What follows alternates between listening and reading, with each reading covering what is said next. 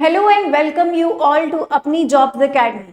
अपनी Jobs Academy का ये प्लेटफॉर्म जम्मू कश्मीर और लद्दाख के तमाम गवर्नमेंट जॉब एस्पायरेंट्स के लिए है। यहाँ पर आपको हर एग्जाम के लिए जो है वो यूजफुल कंटेंट प्रोवाइड किया जाता है। ऐसे ही हम आपके साथ डेली बेसिस पर डेली करंट अफेयर की सीरीज जो है वो शेयर कर रहे हैं, जिसमें आज मैं लेकर आई हूँ 2 और 3 मार्च यानी 2 और 3 मार्च के कंपाइल करके करंट अफेयर्स के क्वेश्चंस। ठीक है, क्योंकि कल छुट्टी थी, संडे था, तो हमने कवर नहीं किए, तो आज हम 2 और 3 मार्च दोनों के इकट्ठे ही कवर करेंगे। So let's start. Our first question is the recently discussed Prani Mitra national award is given for excellent contribution in which field. Question कह रहा है कि जो प्राणी मित्रा नेशनल अवार्ड है, ये क्या है? एक नेशनल अवार्ड है। इस अवार्ड को किस लिए दिया जाता है कि आपने किस फील्ड में जो है वो कंट्रीब्यूशन दिया होगा, तो आपको प्राणी मित्रा अवार्ड जो है इस अवार्ड से नवाजा जाएगा। तो आंसर क्या है? Child welfare, animal welfare, social welfare या all of these. So answer would be animal welfare. ये हमने पहले भी हाइलाइट्स ऑफ द डे में कवर किया था कि ये जो प्राणी मित्रा नेशनल अवार्ड है ये क्यों दिया जाता है? जिन लोगों ने कंट्रीब्यूशन दिया हो एनिमल की वेलफेयर के लिए। ठीक है, so our next question is where has the first trial of burning 10 tons of toxic union carbide was started recently। बताना है कि कहां पर जो 10 क्या है बोल रहे 10 टन टॉक्सिक यूनियन कार्बाइड, ये केमिकल है। इनको ये जो है इनको जलाया कहाँ गया है ये आपको बताना है। ठीक है, कितना जलाया गया है? 10 टन जलाया गया है टॉक्सिक यूनियन कार्बाइड। और ये कहाँ पर स्टार्ट हुआ? ठीक है, फर्स्ट ट्रायल जो है इसका कहाँ पर स्टार्ट होता है इसकी बर्निंग का? तो ये है मध्य प्रदेश में। कहाँ पर? मध्य प्रदेश में इसका जो फर्स्ट ट्रायल ऑफ बर्निंग है वो स्टार्ट किया जाता है। ठीक है, so our next question is in which city was the Jahan e Khusrau 2025 festival held। कौन सी सिटी में, कौन से शहर में जहान-ए-खुसरो फेस्टिवल 2025 जो है वो सेलिब्रेट किया जाता है? तो ये आपको बताना है। जहान-ए-खुसरो नेशनल, ये इंटरनेशनल फेस्टिवल है, ये न्यू दिल्ली में किया जाता है सेलिब्रेट। ठीक है, ये भी हमने अभी कुछ दिन पहले ही करंट अफेयर्स में पढ़ा था। ठीक है, so our next question is who inaugurated the Jahan e Khusrau 2025 festival. आपको बताना है कि 2025 का जो जहान-ए-खुसरो फेस्टिवल जिसको सेलिब्रेट कहाँ किया गया? न्यू दिल्ली में किया गया। और उसे इनॉग्रेट कौन करता है? उसकी जो इनॉग्रेशन है, ठीक है, वो कौन करता है आपको ये बताना है। Who inaugurated, weather he is Rajnath Singh, Nirmala Sitharaman, Amit Shah और नरेंद्र मोदी। कौन इनॉग्रेशन करेगा? सो ये इनॉग्रेशन की जाती है नरेंद्र मोदी के द्वारा। ठीक है, who is the prime minister of India. ठीक है, so our next question is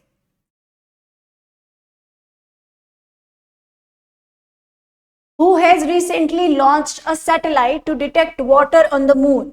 किसने अभी हाल ही में एक सैटेलाइट लॉन्च की है और वह सैटेलाइट क्या करेगी? वाटर को डिटेक्ट करेगी कि क्या चांद पर पानी है या नहीं है, whether there is water on the moon और नॉट। ये कौन सी जो किसने ये जो है वो लॉन्च की है सैटेलाइट? तो आपको बताना है ये सैटेलाइट लॉन्च की गई है इसरो के द्वारा, नासा के द्वारा, जैक्सा के द्वारा या फिर डीआरडीओ के द्वारा। ठीक है, तो ये जैक्सा जो है वो जापान की ऑर्गेनाइजेशन है। तो आपको इनमें से आंसर देना है and the correct answer is NASA. ठीक है, करेक्ट आंसर क्या है? नासा ने हाल ही में एक सैटेलाइट लॉन्च की जो क्या बताएगी कि whether there is moon on the there is water on the moon or not। Our next question is recently Indore has become the cleanest city of India for how many times। अभी हाल ही में ये इंदौर जो है ये भी news में आया। ठीक है, इंदौर का शहर न्यूज में क्यों आया है? क्योंकि इंदौर जो है वो क्लीनेस्ट सिटी बना है इंडिया की। कौन सी सिटी? Cleanest city. बहुत साफ सुथरी सिटी जो है पूरी भारत में सबसे साफ सुथरी सिटी कौन सी है? इंदौर है। और वो कितनी बार बनी है आपको ये बताना है। ठीक है, फॉर हाउ मेनी टाइम्स। ये लगातार ये जो है चौथी बार, पांचवी बार, छठवीं बार या 7वीं बार? तो ये बनी है 7th टाइम, कौन से टाइम, 7th टाइम जो है ये रिसेंटली न्यूज में आई है इंदौर सिटी, और ये 7th time cleanest city of India का नाम, टाइटल जो है वो इसने अपने नाम पर किया है। ठीक है, so next question is where has the state level Shivratri Mahotsav been celebrated recently. Shivratri festival जो है वो अभी गुजर के गया, ठीक है, तो हम सबने सेलिब्रेट किया। ठीक है, अब ये पूछ रहा है कि कहां पर स्टेट लेवल, क्या स्टेट लेवल शिवरात्रि महोत्सव जो है उसे सेलिब्रेट किया गया, हाल ही में कहां पर जो है स्टेट लेवल शिवरात्रि महोत्सव सेलिब्रेट किया गया है। सो क्या होंगे ऑप्शंस हैं हमारे पास, उज्जैन, नासिक, बैजनाथ या फिर केदारनाथ। तो आंसर क्या है, बैजनाथ, आंसर इज बैजनाथ। ठीक है, let's move towards the next question, and the next question says who was the chief guest at the 49th civil accounts, क्या बोल रहे हैं, who was the chief guest at the 49th civil accounts day celebration in 2025, 2025 की कौन सी accounts day, 49th civil accounts day, ये भी एक डे है जिसे सेलिब्रेट किया जाता है। बोल रहा है 49 सिविल अकाउंट्स डे जो है उसकी सेलिब्रेशन में कौन जो था वो चीफ गेस्ट था। तो आंसर क्या है, पहले ऑप्शन है Nirmala Sitharaman, B is Amit Shah, C is Narendra Modi and D is Rajnath Singh. तो आपको बताना है उसमें कौन जो है चीफ गेस्ट के तौर पर जाता है। ठीक है, तो आंसर क्या है, the correct answer is a, Nirmala Sitharaman. तो निर्मला सीतारमन जो है वो एज अ चीफ गेस्ट यहां पर जाती हैं। ठीक है, the next question is what was the theme of the 49 civil accounts day in 2025, 2025 की जो अभी हमने इसके बारे में बात किया सिविल अकाउंट्स डे। ठीक है, तो सिविल अकाउंट्स डे जो है उसकी 49th जो एडिशन हम कह सकते हैं जो हुआ है ये। ठीक है, इसमें थीम क्या थी, पहले तो क्या बताया हमने कि कौन था चीफ गेस्ट, निर्मला सीतारमन जी जो है वो चीफ गेस्ट के तौर पर गई हैं। अब पूछ रहा है कि थीम क्या है इस बार के 49 सिविल अकाउंट्स डे की। ठीक है, तो ये हम बताएंगे, A option is digital transformation in public finance, B option says enhancing financial accountability, C says strengthening public financial management and the D one is innovation in government accounting. तो correct answer क्या होगा, the correct answer is strengthening public financial management. क्या है, strengthening public financial management. Now the next question is where was the military exercise Jal Thal Raksha 2025 held recently. ठीक है, आपने बताना है कि 2025 की 2025 की जो ये मिलिट्री एक्सरसाइज है जल थल एक्सरसाइज, ठीक है, कौन सी एक्सरसाइज है, पहले ये एक मिलिट्री एक्सरसाइज है और क्या नाम है इस मिलिट्री एक्सरसाइज का, जल थल रक्षा। ठीक है, और ये 2025 में हुई, तो ये बताना है कि कहां पर होती है। ये हाल ही में न्यूज में थी, तो ये भी मैंने आपको क्वेश्चन जो है वो कवर करवाया था। ठीक है, ये भी मैंने आपको हाईलाइट ऑफ द डे में जो मैंने आपको एक एक्सरसाइज बताई थी, तो उसके साथ साथ मैंने आपको काफी सारी एक्सरसाइजेज जो है लिखवाई थी, तो उसमें एक ये भी थी। अगर जिन बच्चों को याद हो, अगर आपने पढ़ा होगा, तो आंसर इज गुजरात। कहां पे करवाई जाती है ये कंडक्ट की जाती है गुजरात में। ठीक है, the next question is on which date World Sea Grass Day 2025 celebrated. कौन से दिन, कौन सी तारीख को वर्ल्ड सी ग्रास डे जो है वो मनाया जाता है। अब वर्ल्ड सी ग्रास डे क्या है, सी ग्रास तो समझते हैं ना आप, सी ग्रास क्या होता है। ठीक है, समुंदर में जो समुंदर की नीचे जो है उसकी ग्राउंड बेड पे जो है ग्रास लगती है, उसको सी ग्रास कहते हैं। तो सी ग्रास डे जो है वो 2025 का कब मनाया गया, ये आपको बताना है। Option A is 1 March, B is 2 March, C is 3 March और वेदर इट इज 4 मार्च। तो आपको बताना है ये कब मनाया जाता है। इसे मनाया गया 1 मार्च को। कब, 1 मार्च को। ठीक है, the answer is 1 March. Now the next question is on which date World Hearing Day observed. World Hearing Day कब ऑब्जर्व किया जाता है, कब मनाया जाता है। सो इसका आंसर क्या होगा, the correct answer is 3 March. The correct answer is 3 मार्च कौन सा डे है ये? World Hearing day. वो कौन सा था? सी ग्रास डे। तो सी ग्रास डे कब मनाया जाता है? 1 मार्च को, और हियरिंग डे जो है वो 3 मार्च को मनाया जाता है। और इस बार का जो हियरिंग डे था उसकी थीम लिखेंगे। इसकी थीम क्या है? इसकी थीम है changing mindsets.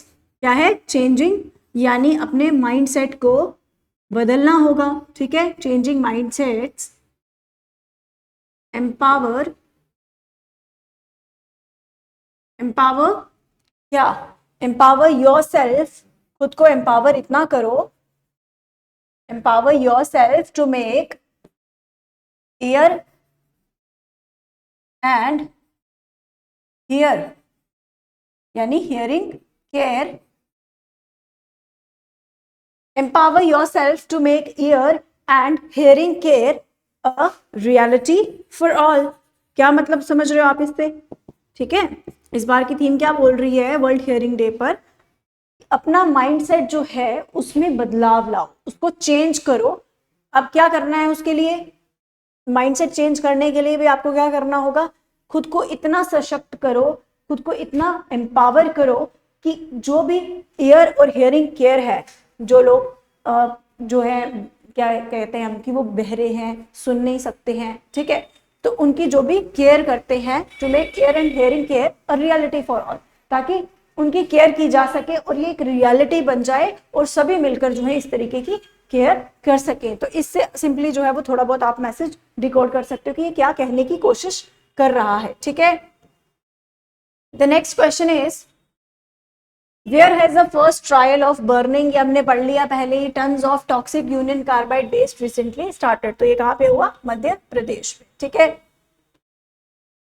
Let's move toward the next question and the next question says how much will be the fine for keeping more than 1 pan card. अगर आपके पास एक से ज्यादा पैन कार्ड है, आपको इतना तो मालूम है कि एक ही पैन कार्ड रखना है आपने, ज्यादा नहीं रखने हैं। आधार कार्ड भी एक ही बनता है, ज्यादा तो नहीं होंगे। ठीक है, सो यही बोल रहा है कि कितना फाइन जो है वो आपको लगेगा अगर आपके पास एक से ज्यादा पैन कार्ड हैं।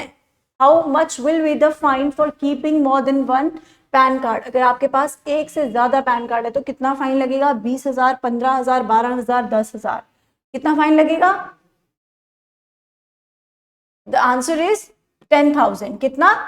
10,000 फाइन जो है वो आप पे लग सकता है अगर आपके पास एक से ज्यादा पैन कार्ड है। ठीक है, let's move towards the last question. So last question says who was appointed as India's new chief election commissioner। India का नया चीफ इलेक्शन कमिश्नर जो है किसे अपॉइंट किया गया है? ठीक है, who is appointed as the new chief election commissioner। ठीक है, आपको मुझे कमेंट सेक्शन में आंसर देना है कि इन्हें कौन अपॉइंट करता है। ठीक है, चीफ इलेक्शन कमिश्नर को कौन अपॉइंट करता है? Who appoints chief election commissioner. ठीक है, और कौन है वो तो हम अभी पढ़ लेंगे। तो आंसर इज गणेश कुमार। गणेश कुमार जो है वो हाल ही में नए चीफ इलेक्शन कमिश्नर बने हैं। तो आपको कमेंट सेक्शन में क्या आंसर देना है? पहला क्वेश्चन का आंसर देना है कि कौन इन्हें अपॉइंट करता है, और दूसरा देना है कि इनका टर्म क्या होता है, यानी टेन्योर जो है इनका क्या रहता है, कितने साल तक चीफ इलेक्शन कमिश्नर जो है वो बैठते हैं। ठीक है, और तीसरा आपको क्या देना है? ये है chief election commissioner. Chief election commissioner के साथ इलेक्शन कमिश्नर्स जो है वो कितने हैं? ठीक है, ये भी आपको बताना। यानी आपको मैं क्या होमवर्क दे रही हूँ कि कौन इन्हें अपॉइंट करेगा, फिर पूछा है कि आप इनका टेन्योर कितना रहता है चीफ इलेक्शन कमिश्नर का, और उसके बाद हमने पूछा आपसे कि भाई आपको बताना है चीफ इलेक्शन कमिश्नर के साथ और कितने इलेक्शन कमिश्नर होते हैं। जैसे चीफ जस्टिस होते हैं, उनके साथ जस्टिस भी होते हैं, जजेस भी होते हैं ना, तो वैसे ये आपसे पूछ रहा है कि चीफ इलेक्शन कमिश्नर के साथ कितने इलेक्शन कमिश्नर्स होंगे, तो वो आपको बताने हैं। ठीक है, ये आपको आंसर कमेंट बॉक्स में देना है। अगर आप ये वाली जो वीडियो देखते हैं तो सिर्फ यहीं पे खत्म नहीं करनी है, इनके आंसर्स मुझे देने हैं। ठीक है, सो ये हमारे 15 क्वेश्चन की सीरीज जो MCQs की थी ये कवर हो चुकी है। इसमें जो भी आपके इंपॉर्टेंट करंट अफेयर्स थे 2 और 3 मार्च के, वो हमने कवर कर लिए। ठीक है, तो अब आपको क्या करना है, बस इसे अच्छे से याद रखना है, और जो एक्स्ट्रा इन्फॉर्मेशन भी मैंने किसी भी पॉइंट में दी है तो उसे भी जल्द से जल्द जो है वो ग्रास्प करना है, क्योंकि वो भी क्या होता है ना कि जब हम ऑप्शंस को भी एनालाइज करते हैं ना, ऑप्शंस के बारे में भी पढ़ते हैं, तो हम एक्स्ट्रा इन्फॉर्मेशन गेन कर रहे हैं और वो कहीं ना कहीं जो है वो आपको काम जरूर आएगी। ठीक है, so thank you so much for the day.